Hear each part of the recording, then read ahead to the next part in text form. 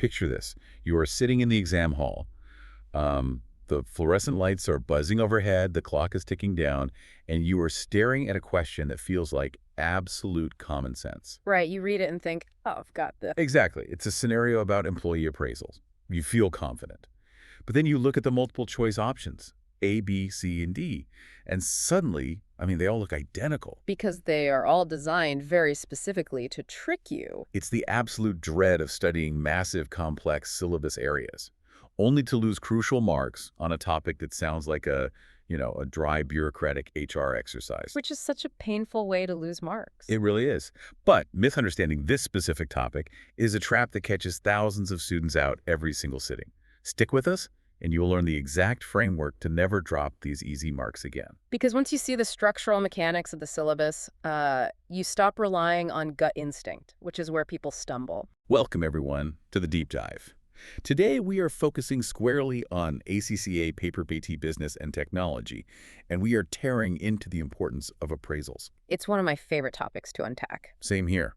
By the end of this deep dive, you will understand exactly how to navigate this topic, spot the tricks examiners use, and score maximum marks. And we are pulling from the official ACCA syllabus guides and real-world HR case studies to give you that edge. Absolutely.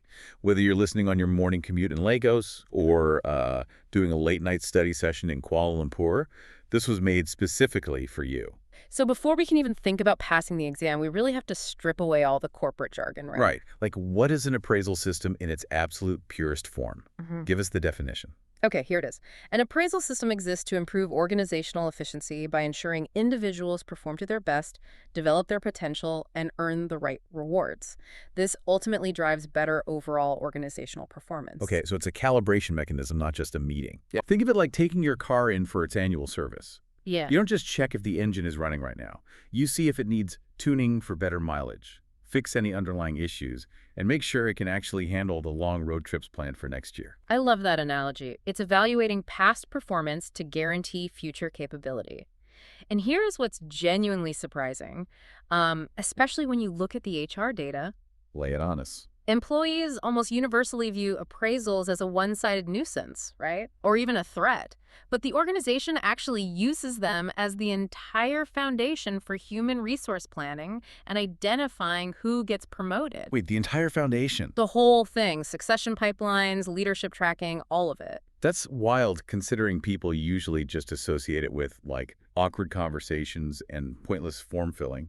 Which actually brings us to why the examiners absolutely love testing this. Oh, they love it. And the reason is it bridges the gap between human behavior and hard business performance. Because in real global businesses, mismanaging this doesn't just make people grumpy, right? No, it leads to massive operational inefficiency, confrontation, a complete lack of agreement on what good performance even looks like. So it hits the bottom line. Exactly.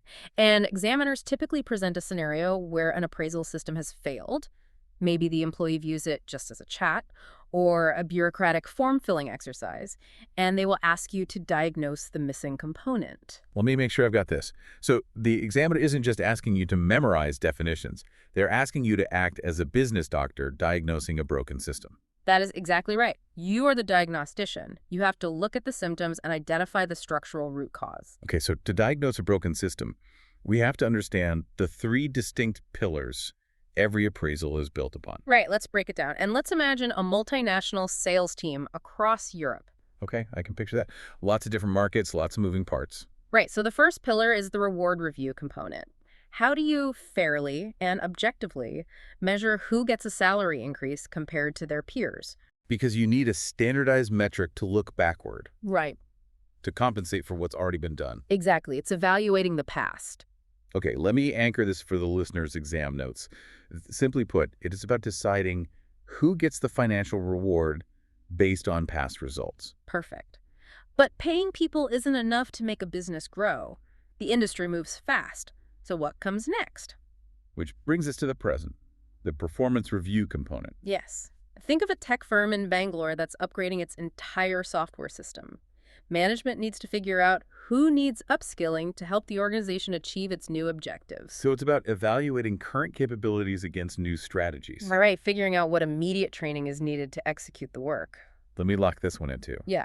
Simply put, it is figuring out what training you need today to do your job better tomorrow. Spot on. But fixing today's problems is only triage? What about the company's needs, say, 5 years from now? Ah, the third pillar, the potential review component. Exactly. Imagine an emerging market startup in Brazil trying to identify their next regional managers from within. They are trying to predict the work an individual may be capable of in the future. Aiding long-term career development.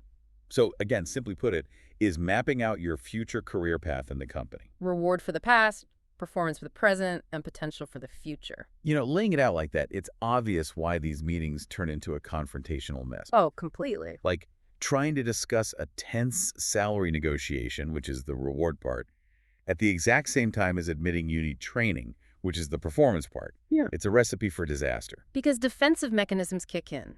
If money is on the table, you aren't going to admit your weaknesses.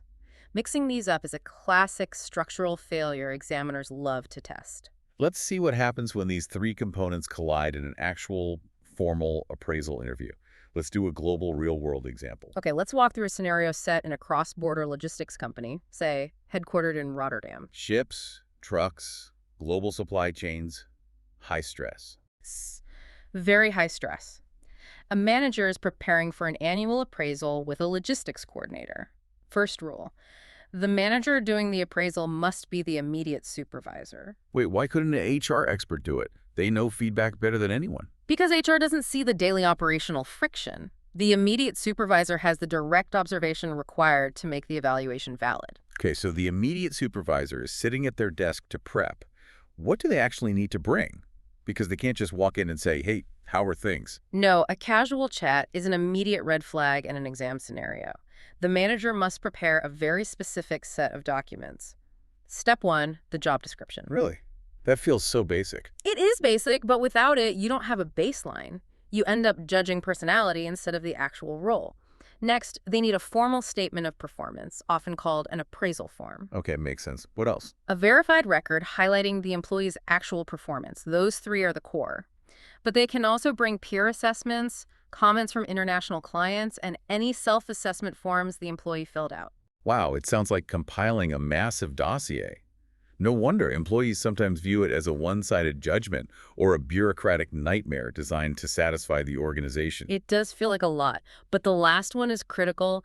They must pull the employment file. To check for, like, attitude or disciplinary issues. Exactly, to get total context. Yeah. Because someone might hit every shipping target, but have 3 formal complaints for aggressive behavior. Right, so how does this dossier scenario show up in the exam? An exam question might list the documents a manager brought to a meeting and ask you to identify which vital document is missing.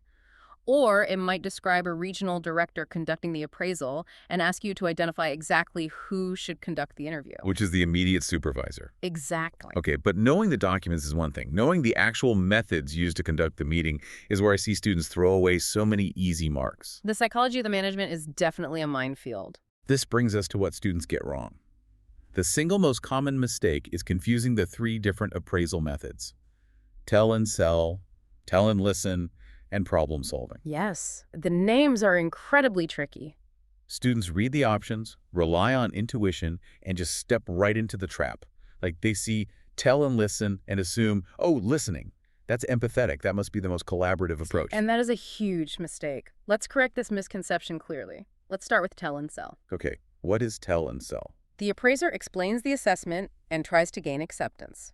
They present a finalized conclusion and rely on interpersonal skills to motivate the employee to buy into it. Like a lawyer making a closing argument. The verdict is decided, they're just trying to win you over. Exactly. Now the tricky one. Tell and listen. Right, the trap. In tell and listen, the appraiser still delivers a finalized evaluation, but the appraisee is invited to respond to how the interview is conducted or how they feel about the judgment. Wait, if the evaluation isn't changing, isn't inviting them to vent just condescending? It sounds like it, but it's about managing emotional fallout. Sometimes a poor rating is non-negotiable, but the manager needs to let the employee process the disappointment. That is why this method requires counseling skills and careful encouragement. Okay, so the manager acts almost like a therapist delivering bad news. So what is the actual collaborative method? Problem solving. This approach concentrates directly on work problems. It encourages the appraisee to think through challenges themselves. It's a true dialogue. Ah. So problem solving is the truly collaborative one with a shared action plan, not tell and listen. Exactly. In problem solving, both parties agree on an action plan, monitoring, and feedback. They attack the problem together. That is such a crucial distinction.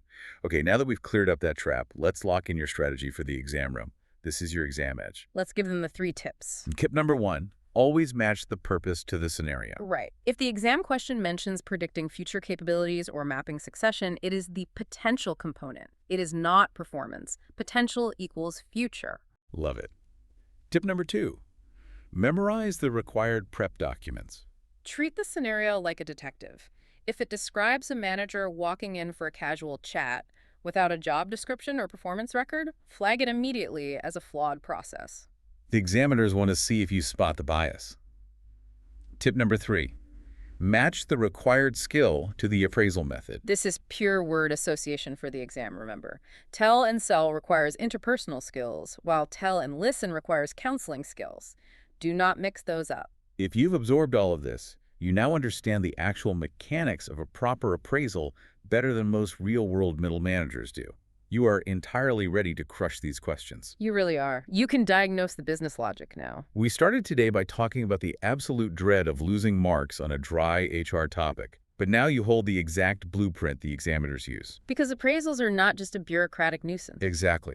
They are a critical 3-part tool for reward, performance, and potential that drives organizational efficiency. That's the core takeaway right there. To everyone studying across different time zones, different countries, and juggling different life circumstances, your commitment to this ACCA journey is incredible and is something to be proud of. It takes immense dedication. We see you working hard. We want to keep bringing you these deep dives, so please follow the show on Spotify and leave a review. It really helps us out. And before we go, here's something to chew on. Yeah, leave us with a provocative thought. If appraisals are designed to predict the work an individual is capable of in the future, how would a perfectly objective AI appraiser change the tell and sell dynamic? Oh, wow. Would we accept an algorithm selling us an improvement plan, or do we inherently need human psychology and management? Something to think about. That is a great question to end on. Keep studying hard, keep pushing forward. Thank you for listening.